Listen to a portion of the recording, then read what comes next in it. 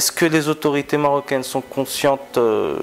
On peut dire qu'il y a eu une vague de régularisation de ces populations au niveau national.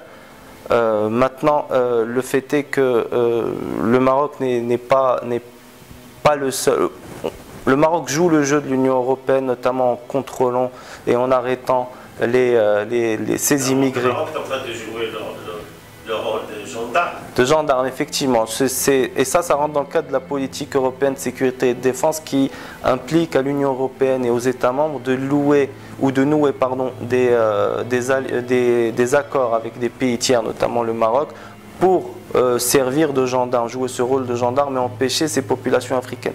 Maintenant, en échange de quoi? En échange d'un montant financier qui est de l'ordre de 300 millions d'euros, si je ne me trompe pas, pour que la police et la gendarmerie marocaine jouent ce rôle.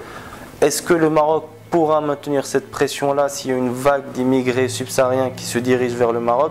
C'est très difficile, étant donné que, si on prend encore une fois l'exemple de la Turquie, elle a laissé passer, et il y a eu des critiques qui ont été faites par certains chefs d'État européens, elle a laissé passer ces migrants parce que 500 000 personnes qui se déplacent, ce n'est pas une dizaine de personnes, c'est 500 000 personnes, c'est une vague de personnes, donc c'est détectable, il y a des transports qui ont été pris, il y a des ramifications qui ont été mises en place, notamment des réseaux de passeurs qui existent.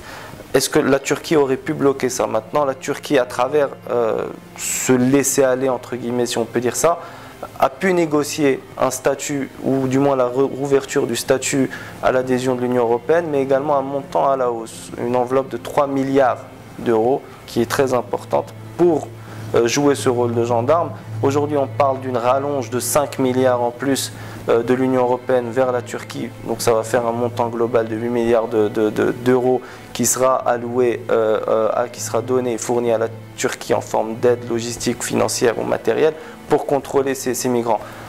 Donc je reviens sur ce que je disais sur le cas marocain. Est-ce qu'avec 300 millions d'euros, est-ce que le Maroc peut continuer à jouer ce rôle-là, d'autant plus qu'il y a 1 milliard de subsahariens qui sont sur le continent, qui vivent une situation qui est très difficile et qui vivent dans des États qui sont en proie à des conflits constants et très durs.